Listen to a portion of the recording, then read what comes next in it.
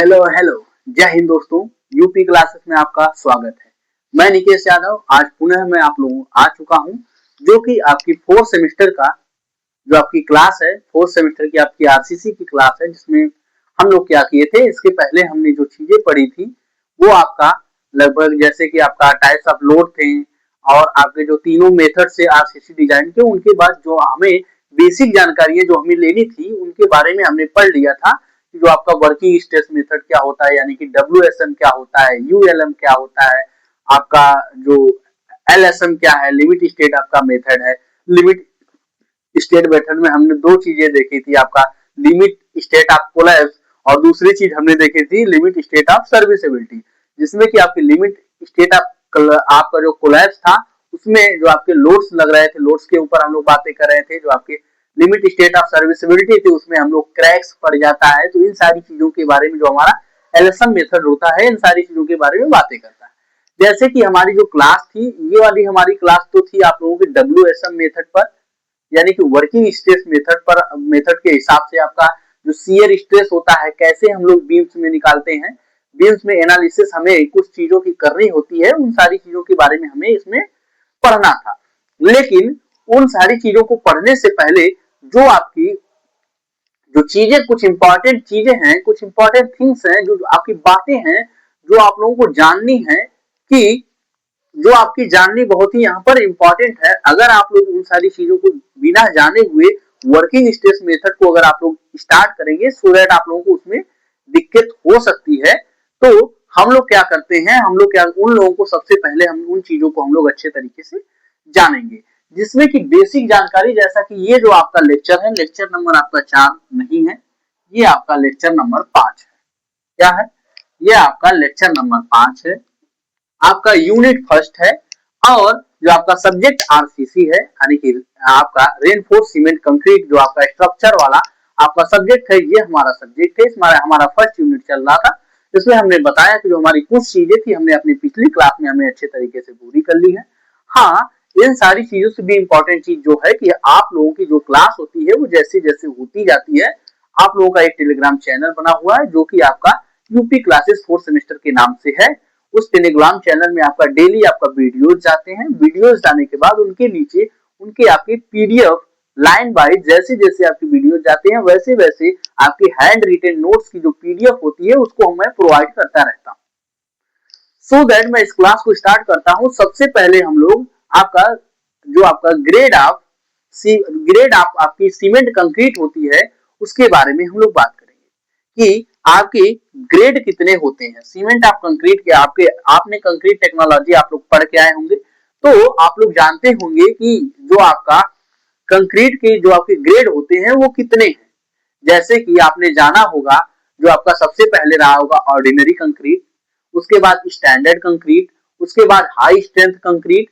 इन तीनों आपकी आपकी ग्रेड ऑफ कंक्रीट थी।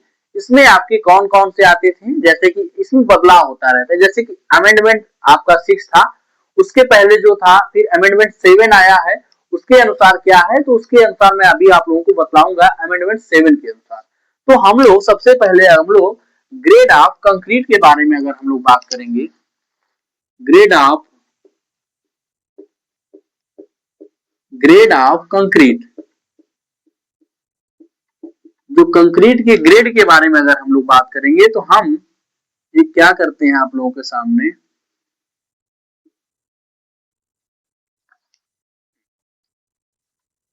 एक हम लोग बॉक्स बनाते हैं। इसमें हम ये सारी चीजें हम लोग इसके बारे में एनालिसिस करेंगे कि ग्रेड ऑफ कंक्रीट का जो आपका फ्लो चार्ट है अकॉर्डिंग टू IS 456, कितना IS 400 इंडियन स्टैंडर्ड 456 2000 के अनुसार, इसका इंडियन स्टैंडर्ड 456 2000 के अनुसार जो आपका ग्रेड ऑफ कंक्रीट है, ये किसका अमेंडमेंट 7 के बाद है, यानी कि जो आपका 7वां संशोधन हुआ उसके बाद जो आपका ग्रेड बना हुआ है, इसमें कौन कौन से आपके सम्मिलित हैं। तो इसमें सबसे पहले हम लोग लिखते हैं कि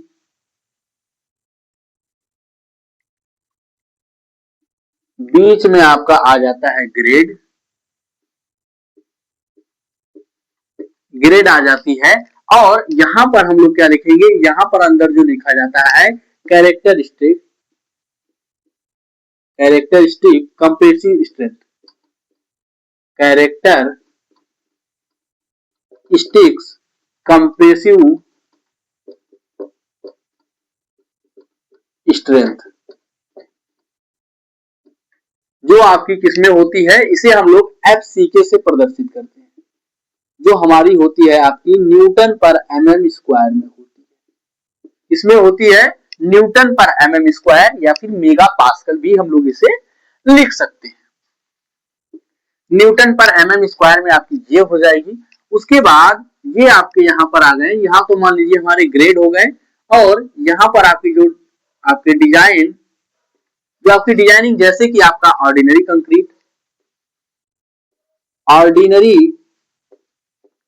कंक्रीट आपका आता है। पहला जो आता है, जो आपका पहला होता है वो आपका ऑर्डिनरी कंक्रीट आता है। ऑर्डिनरी कंक्रीट में हमारे आते हैं M10। आप कहेंगे सर M5 भी तो बनता है, तो मैं अभी बताऊंगा कि M5 को यहाँ पर सम्मिलित क्यों नहीं किया गया है, क्योंकि जो आपका ये आपका फ्लो चार्ट है अकॉर्डिंग टू IS 456/2000 के अनुसार कंक्रीट का जो आपका ग्रेड ऑफ कंक्रीट है, इसमें कुछ चीजें नीचे आपकी इसमें कमेंट के अनुसार यानी कि टिप्पणी के हिसाब से वो चीजें हमें बताई गई हैं, उनको हमें इसमें शामिल नहीं किया गया है। तो M10 है, इसमें आपका M आपका है 15, M10 आ गया, M आपका 15 आ गया, आपका M20 आ गया। इसमें कौन कौन से हैं, M10 आपका, M50 एंड M20। उसके बाद जो आपका आता है सेकेंड वाला आपका आता है, जिसमें कि आपकी कंप्रेसिव स्ट्रेंथ इसकी होती है 10 न्यूटन। यानी कि मैं आप लोगों को सबसे पहले बता दूं कि M10 मान लीजिए है, तो इसका क्या मतलब है, तो जो आपका M है ये हमें मिक्स के बारे में बताता है कि ये हमारा जो आपका है मिक्सर है, और जो आपका सेकेंड ये आपका 10 है, ये यह बताता है कि इसकी कंप्रेसिव स्ट्रेंथ जो है FCK जो इसकी है वो कितनी है, 10 न्यूटन पर mm स्क्वायर है। क्या है इसकी जो FCK, यानी कि जो इसकी आपकी कैरेक्टरिस्टिक अभिलाक्षणिक संपीड़न सामर्थ्य जो है वो आपकी 10 न्यूटन पर mm स्क्वायर है।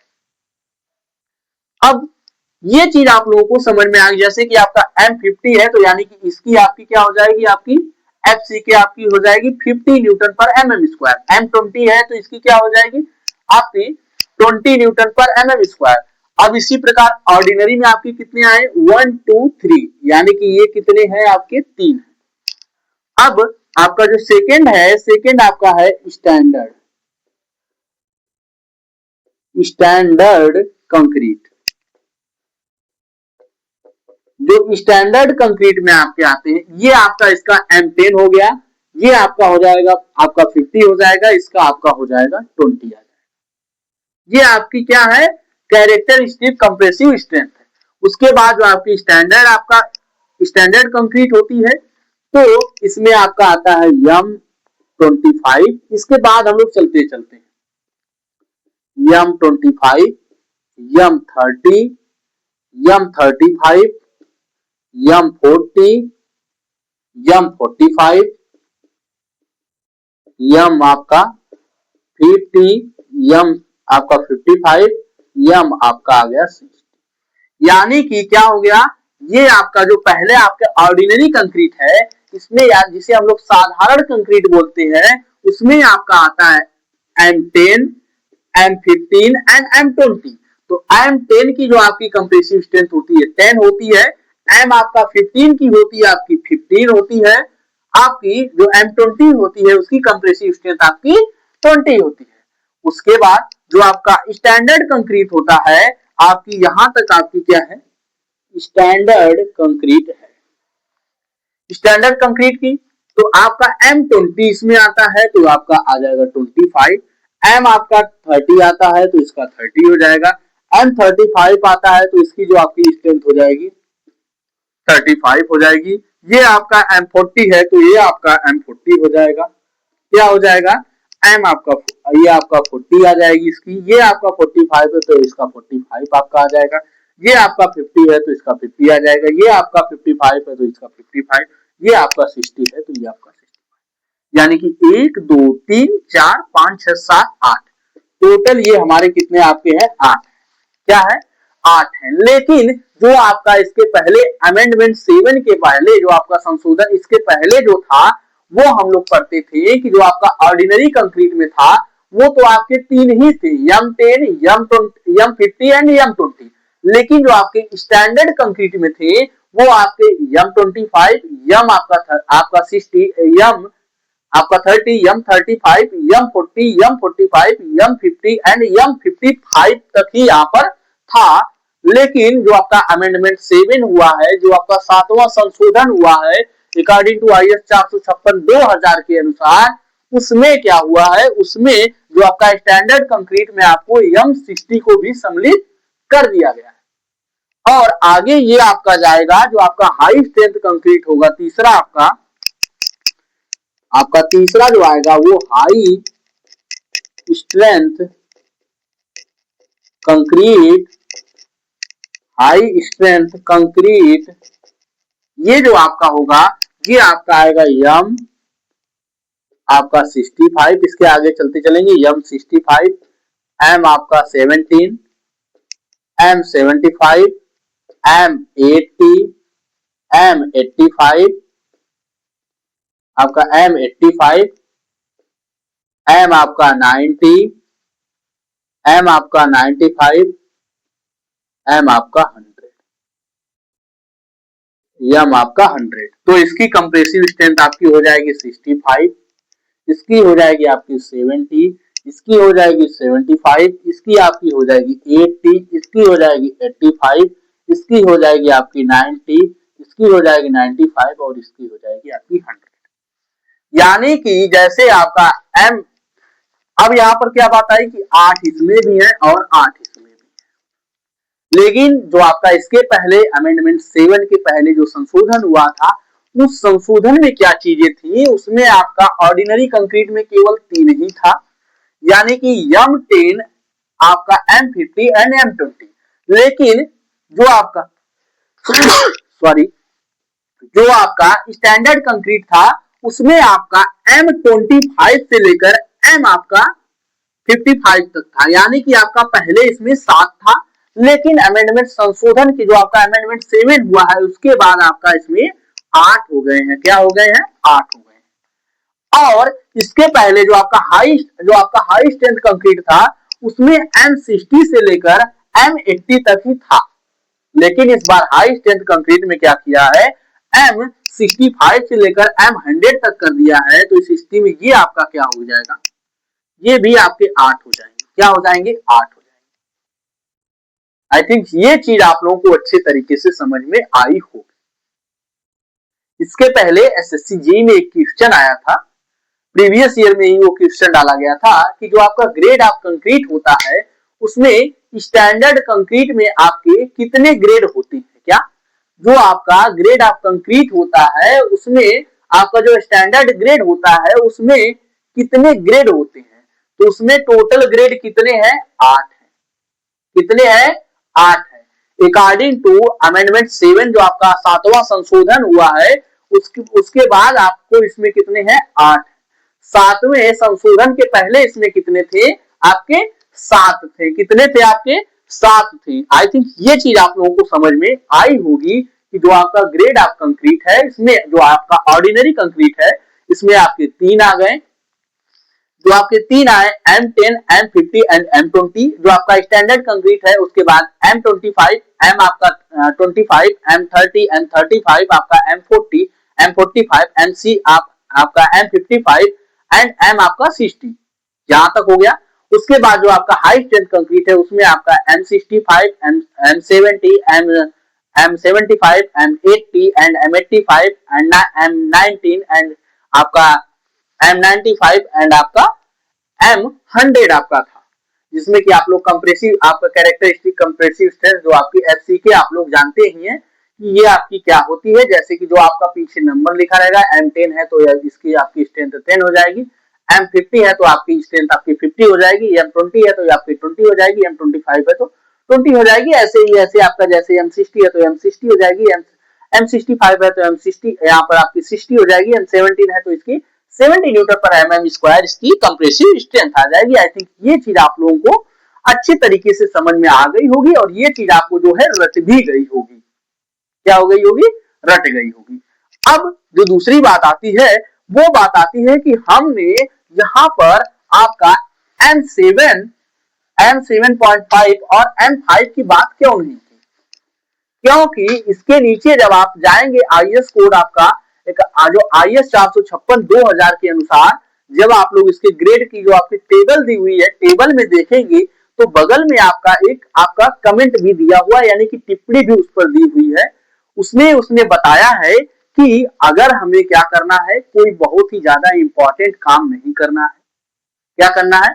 कोई हमें बहुत ही ज्यादा इंपॉर्टेंट काम नहीं करना है और हमें कहो तो उस स्थिति में या फिर कोई हमें फाउंडेशन का काम करना है जो कि बहुत ज्यादा इंपॉर्टेंट नहीं है, तो उस स्थिति में हम लोग जो आपकी कंक्रीट आपका M5 या फिर M25 का हम लोग यूज M5 या फिर M7.5 का हम लोग यूज कर सकते हैं, लेकिन इसमें उसको शामिल नहीं किया गया।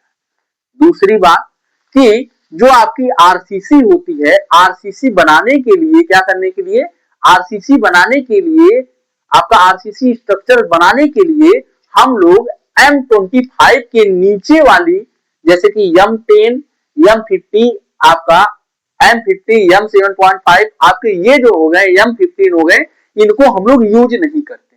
क्या ये हमारी बात आई कि आरसीसी स्ट्रक्चर अगर हमें बनाना है तो उसके लिए जो हम लोग ग्रेड आपका चूज करेंगे वो आपका M20 से ऊपर ही होना चाहिए या फिर M20 होना चाहिए। इसके नीचे का ग्रेड का कंक्रीट हम लोग आपका आरसीसी बनाने में नहीं यूज करते। अगली बात आपकी आई, अगली बात जो हम प्री स्ट्रेस्ड कंक्रीट आपका बनाते हैं, क्या बनाते हैं? प्री स्ट्रेस्ड जो आपकी कंक्रीट बनती है उस कंक्रीट में हम लोग क्या करते हैं कि जो आपकी 30 आपकी M30 होती है, M30 के नीचे की कंक्रीट हम लोग यूज नहीं करते। प्री स्ट्रेस कंक्रीट बनाने के लिए हम लोग M20 का जो आपका अगर हम लोग क्या M20 का जो आपका होता है, M20 आपकी जो कंक्रीट होती है उसको हम लोग नहीं यूज करते, यानी कि M25 भी नहीं यूज करते, या तो M30 यूज करते हैं या फिर M30 के आपके ऊपर वाले यूज करते हैं। अगर हमें और अधिक स्ट्रेंथ वाली क्या और अधिक स्ट्रेंथ वाली अगर हमें कोई आपकी आरसीसी स्ट्रक्चर्स बनाना होता है तो उस स्थिति में हम लोग ये काम करते हैं कि हम लोग इसमें से कोई भी कंक्रीट यूज नहीं कर सकते, क्योंकि इनसे ज्यादा आपकी कैरेक्टरिस्टिक जो आपकी कंप्रेसिव स्ट्रेंथ वाली आपकी होती कंक्रीट होती है उसको हमें यूज करना है। तो उस स्थिति में हम लोग कंक्रीट बना करके क्या करेंगे, उसका सर्च आपका रिसर्च करेंगे, कुछ चीजें एडमिक्सर्स कुछ चीजों को मिला करके हम लोग जो आपका एक कंक्रीट तैयार करेंगे जो जिसकी स्ट्रेंथ क्या होगी, हाई स्ट्रेंथ होगी। तो उस स्थिति में जो आपका जो हाई स्ट्रेंथ कंक्रीट का आपका स्ट्रक्चर आपका आरसीसी स्ट्रक्चर्स बनाना होगा तो उस स्थिति में हम लोग उस कंक्रीट का यूज करेंगे, न कि इसमें से किसी कंक्रीट का हम लोग यूज करेंगे। यही हमसे क्या बोला है IS 456/2000 हमसे इतनी बातें बोला है। ये चीज आप लोगों को टेबल याद करनी है, वो चीजें आप लोगों को याद रहे या ना रहे, हालांकि आप लोगों को याद होनी चाहिए, क्योंकि छोटी छोटी बातें जैसे कि आपकी यम आपका M5 और M7.5 जो आपका है इनको हम लोग यूज कर सकते हैं, लेकिन जहां पर बहुत ज्यादा महत्वपूर्ण काम ना हो वहां पर। दूसरा काम है कि जो आपका आरसीसी हम लोग बनाते हैं, आरसीसी बनाने के लिए M20 से आपका जो होता है M20 या फिर M20 से एबव की आपका जो कंक्रीट का हम लोग यूज करेंगे। अगर हम लोग प्री स्ट्रेस कंक्रीट बनाना है तो उस स्थिति में हम लोग M30 या M30 से ऊपर वाले आपका कंक्रीट का हम लोग यूज करेंगे। आई थिंक ये चीज आप लोगों को अच्छे तरीके से समझ में आ गई।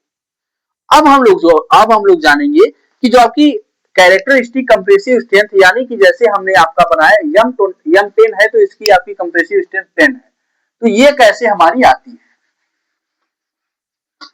ये हमारी कैसे आती है, इसकी हम लोग जांच कैसे करते हैं। इसके लिए हम क्या करते हैं,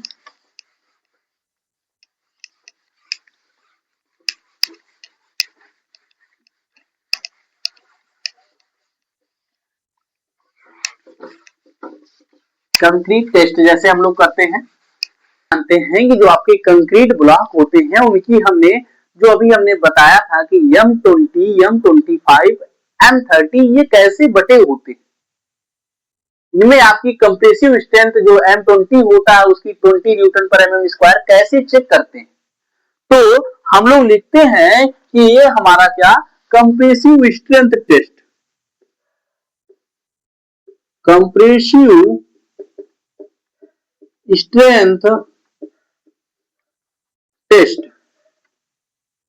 हम लोग कैसे करते हैं। तो ये चीजें मैं आप लोगों को नॉर्मल तरीके से बताऊंगा, क्योंकि ये आपका टेस्ट कहीं पूछा नहीं गया है, जो कि आपका इसमें आपके पेपर में पूछा नहीं जाएगा, लेकिन ये चीज जो है आपको नॉर्मल नॉलेज होनी चाहिए। आई थिंक आपको जो आपने पिछली क्लास में आपके थर्ड सेमेस्टर जो था उस सेमेस्टर में आपने जो आपका कंप्रेसिव स्ट्रेंथ टेस्ट था, इस टेस्ट के बारे में आपके कंक्रीट के इस टेस्ट के बारे में आप लोग पढ़ के आए होंगे, लेकिन फिर भी मेरा यहाँ पर फर्ज बनता है, जो कि मैं आपको आरसीसी सब्जेक्ट पढ़ा रहा हूं तो उसके अंदर ये सारी चीजें आती हैं तो उनको मैं बताऊं। तो इसमें जो आपका सबसे पहले हम क्या करते हैं, एक ब्लॉक तैयार करते हैं, एक आपका क्यूब तैयार करते हैं, जिस क्यूब की आपकी जो डायमेंशन होती है वो आपकी डायमेंशन होती है 150 mm।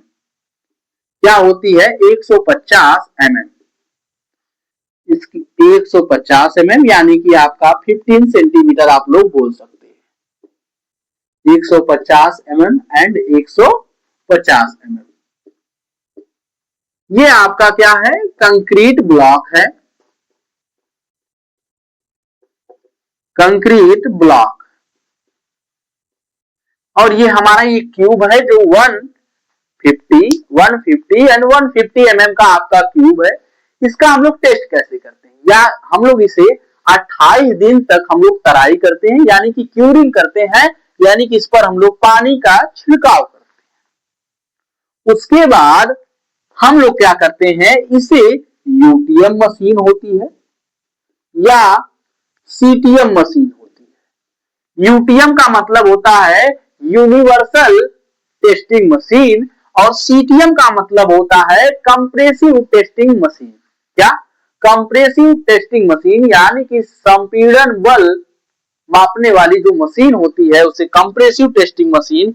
यूटीएम मशीन जो होती है, यूटीएम में आपका टेंसाइल टेस्ट भी मापा जा सकता है और आपका कंप्रेसिव टेस्ट भी आपका किया जा सकता है। तो हम लोग क्या करते हैं, ये जो आपका ब्लॉक है इस ब्लॉक को हम लोग तैयार करते हैं। आपका जो कंक्रीट के आपके मिक्सचर्स होते हैं, जैसे कि आपके M20 हो गए, M20 आपका है, तो इस स्थिति में M20 के जो आपके मिक्सचर्स होते हैं ये आपके आते हैं 1, 1.5 एंड 3, यानी कि जो एक पार्ट रहेगा वो आपका सीमेंट रहेगा, 1.5 पार्ट क्या रहेगा, अगर हम लोग तसला ही मान लेते हैं तो आपका एक तसला आपका मान लीजिए कि हम लोग सीमेंट लेते हैं तो 1.5 तसला हम लोग क्या करेंगे बालू लेंगे और 3 तसला हम लोग क्या करेंगे गिट्टी लेंगे और हम लोग क्या करेंगे ब्लॉक तैयार करेंगे। क्या करेंगे ब्लॉक तैयार करते हैं। मान लीजिए अगर हम लोग M20 का ही ब्लॉक हम लोग तैयार करते हैं तो उस स्थिति में उस ब्लॉक को तैयार करके हम लोग 28 दिन बाद हम लोग क्यूरिंग करते हैं। अब 28 दिन तक हम लोग उसकी क्यूरिंग करते हैं। क्यूरिंग करने के पश्चात उसे यूटीएम या सीटीएम मशीन में ले जाकर रख देते हैं और अगर मान लीजिए कि हम लोग 10 क्यूब, अगर हम लोग इसके हम लोग आपके 20 क्यूब बना रहे हैं, क्या कर रहे हैं 20 क्यूब हम लोग बनाते हैं। कितने क्यूब बनाते हैं ऐसे 20 क्यूब हम लोग ऐसे बनाते हैं। तो उस स्थिति में हम लोग अगर 20 क्यूब की अगर हम लोग टेस्टिंग कर रहे हैं तो उसमें से कम 19 क्यूब की क्या कम से कम 19 क्यूब की जो कंप्रेसिव स्ट्रेंथ आनी चाहिए वह आपकी 20 न्यूटन पर एमएम स्क्वायर आनी चाहिए। यानी कि इसमें जो अगर हम परसेंटेज देखें तो 95% से अधिक जो आपके ब्लॉक होंगे उन ब्लॉक की कंप्रेसिव स्ट्रेंथ 20 न्यूटन पर एमएम स्क्वायर आनी चाहिए। आई थिंक ये चीज आप लोगों को समझ में आ रही है। अगर हम लोग इसी के स्थान पर M25 ग्रेड का ले लेते हैं तो उस स्थिति में इसका जो प्रपोर्शन होता है वो हमारा होता है 1 1 और आपका होता है 2, यानी कि एक भाग आपका रहेगा सीमेंट और एक भाग आपका रहेगा सैंड और दो भाग इसके रहेंगे आपके एग्रीगेट। किसके रहेंगे? एग्रीगेट का मतलब है कि ये इसमें आपके पोर्स एग्रीगेट, जिन्हें हम लोग क्या बोल सकते हैं? ग्रेवल बोल सकते हैं। तो इसका प्रपोर्शन लेके हम अगर ब्लॉक तैयार करते हैं, इस स्थिति में हमने इसमें भी हमने 20 ब्लॉक तैयार किए, तो उस स्थिति में आपके 19 ब्लॉक ऐसे होने चाहिए जिनकी कंप्रेसिव स्ट्रेंथ आपकी 25 न्यूटन पर एमएम स्क्वायर से अधिक आपकी 25 न्यूटन पर एमएम स्क्वायर होनी चाहिए। तो हम लोग बोलेंगे कि वो जो हमारी कंक्रीट बनी होगी वो कंक्रीट हमारी M25 ग्रेड की है। उस स्थिति में उसकी जो कंप्रेसिव स्ट्रेंथ है आपकी 20 न्यूटन पर एमएम स्क्वायर है। आई थिंक यहां तक की जो आपको चीजें हैं वो आप लोगों को अच्छी तरीके से समझ में आ गई। अब हम लोग क्या करते हैं? अब हम लोग आगे बातें करते हैं।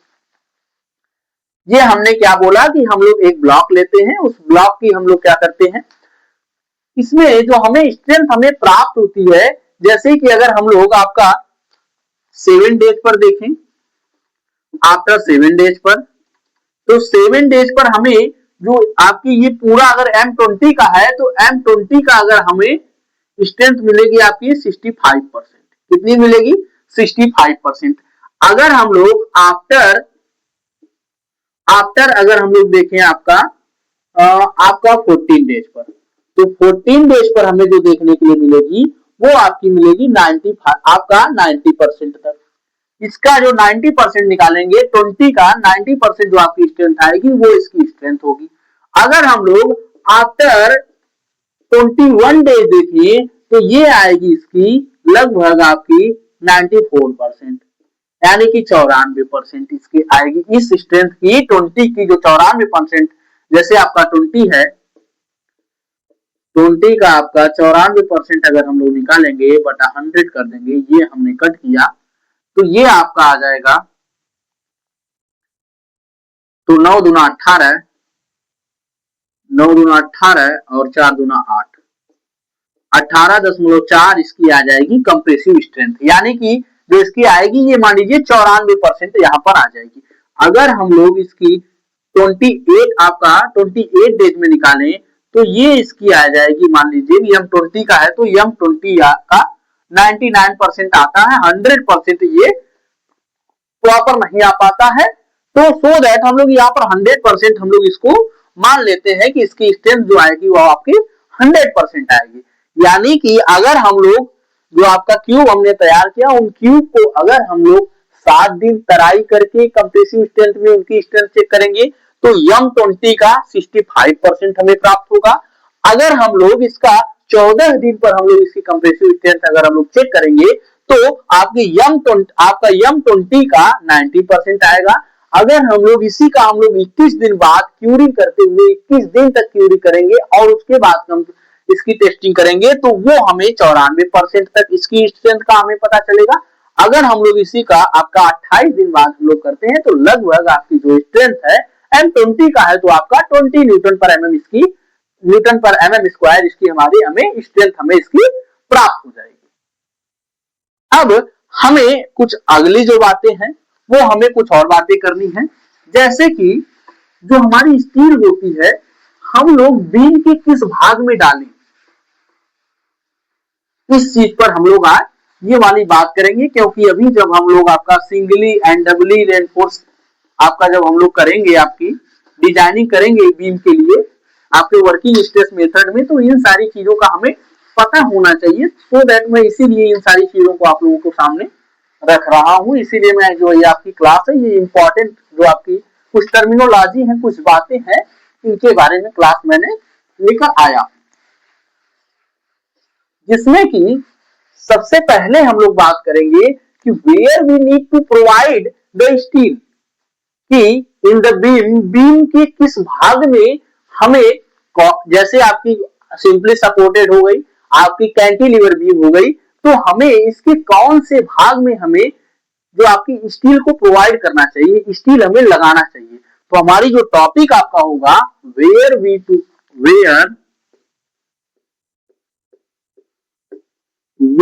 नीड टू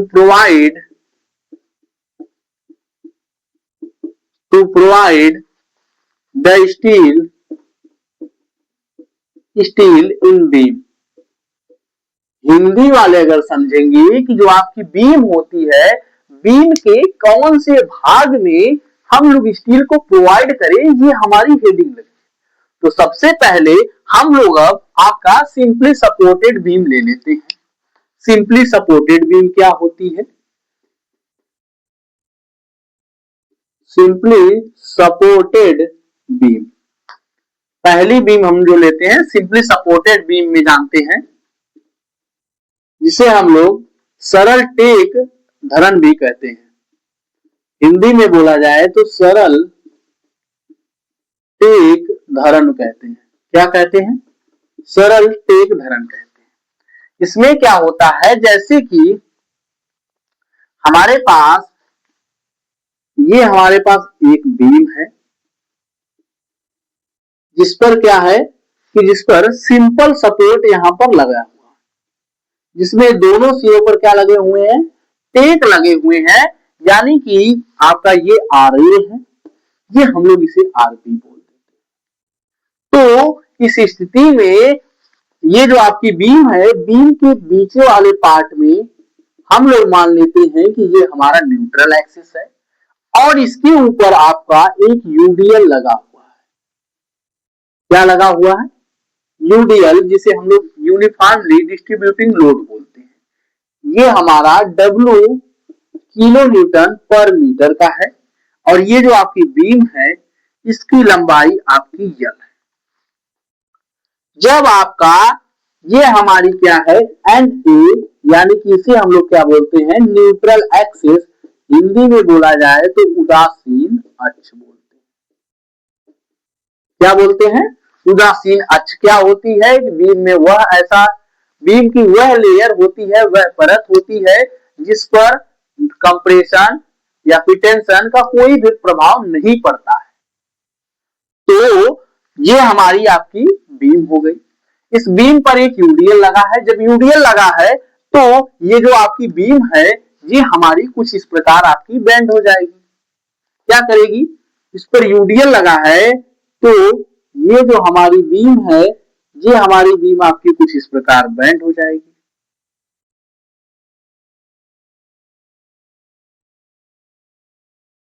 क्या करेगी?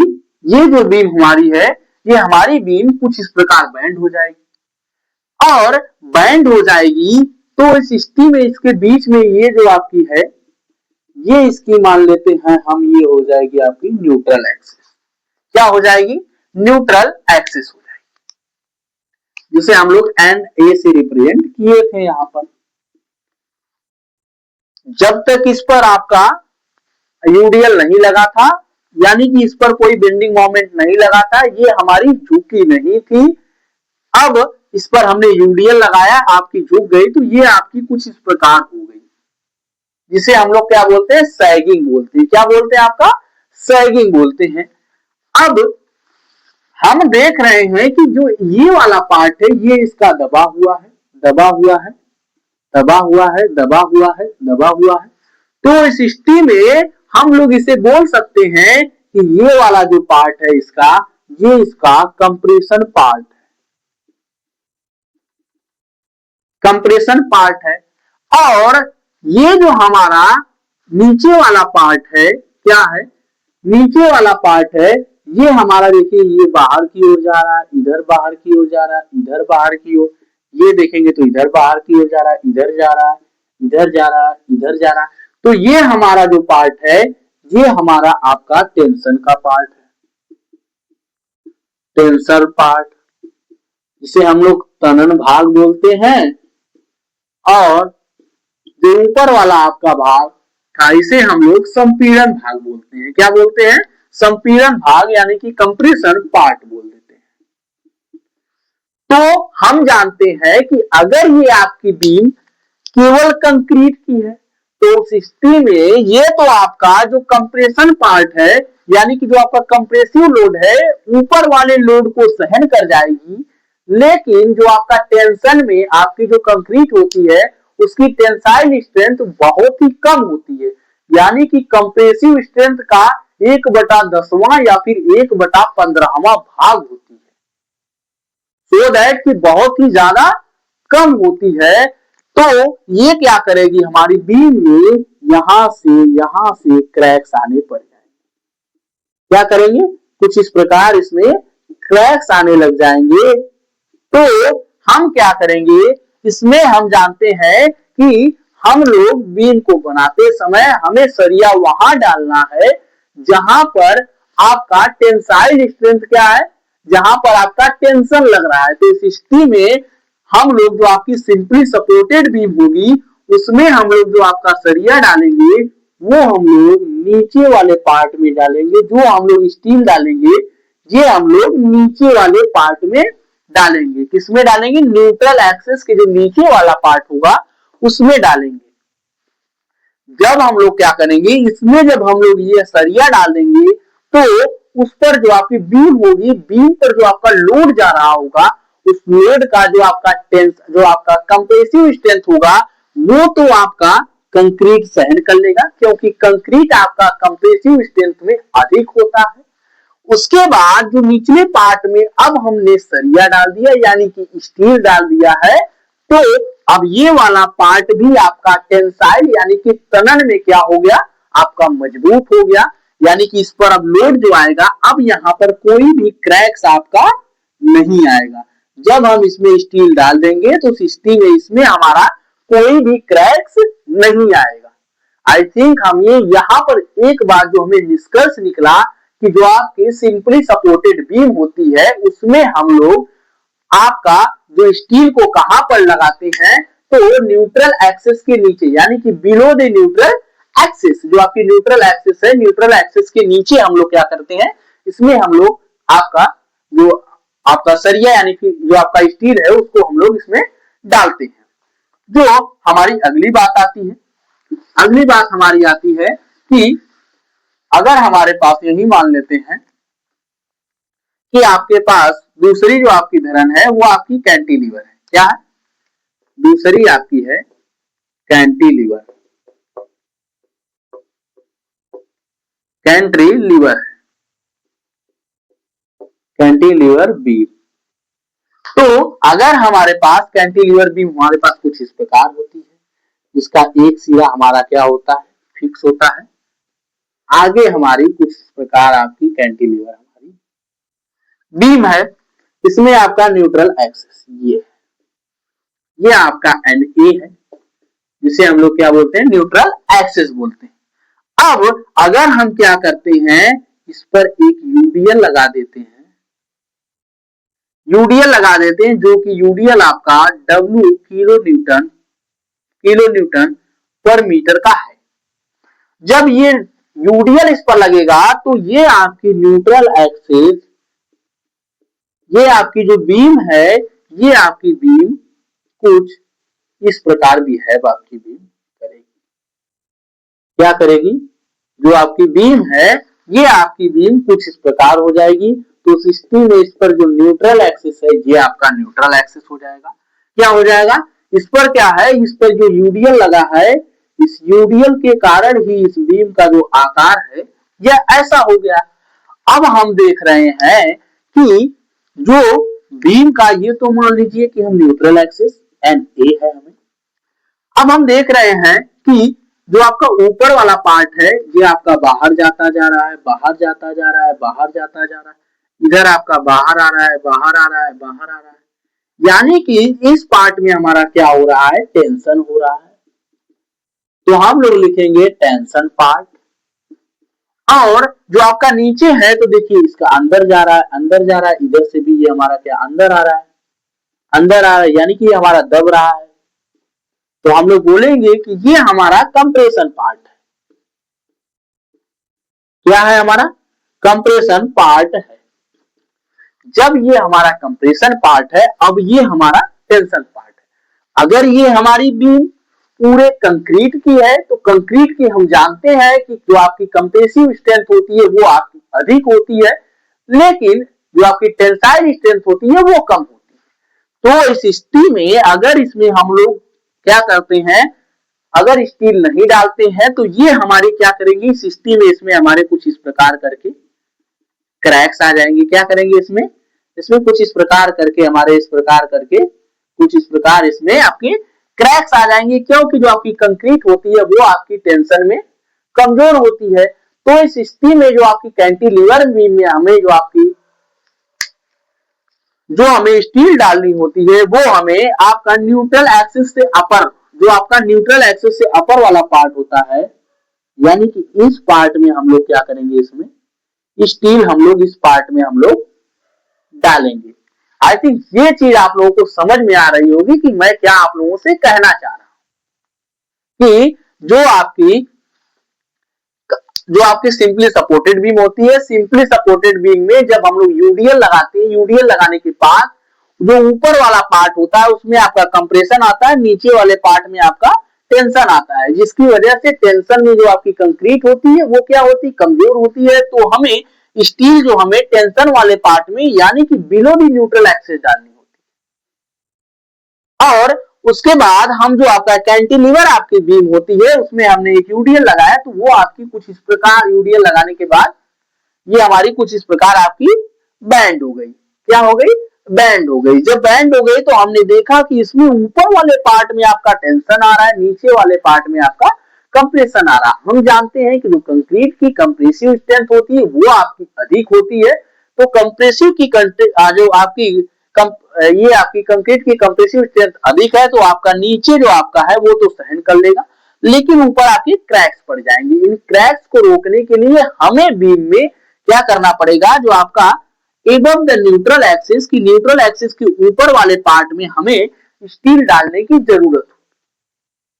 आई थिंक ये चीज आप लोगों को अच्छे तरीके से समझ में आ गई होगी। अब जो यहां तक आप लोगों को बहुत ही अच्छे तरीके से समझ में आया होगा। अब जो हमारी क्लासेस है वो हमारी क्लास आपकी जो होगी वर्किंग स्ट्रेस मेथड पर होगी। ये सारी चीजें आप लोगों को जानना बहुत ही जरूरी था, सो दैट हमने ये वाली क्लास आपकी ली है। अब जो हमारी अगली क्लास यानी कि लेक्चर नंबर आपका जो 6 होगा वो आपका वर्किंग स्ट्रेस मेथड पर होगा। उसमें आपका जैसे शियर हो गया, जैसे आपका न्यूट्रल एक्सिस निकालनी होती है, इनके बारे में आपका क्रैक्ड अनक्रैक्ड सेक्शंस होते हैं, इन सारी चीजों के बारे में हम लोग आगे चल के बातें करेंगे। सो दैट मैं क्या करता हूं, इस क्लास में हम लोग विदा लेना चाहती है। जय हिंद दोस्तों।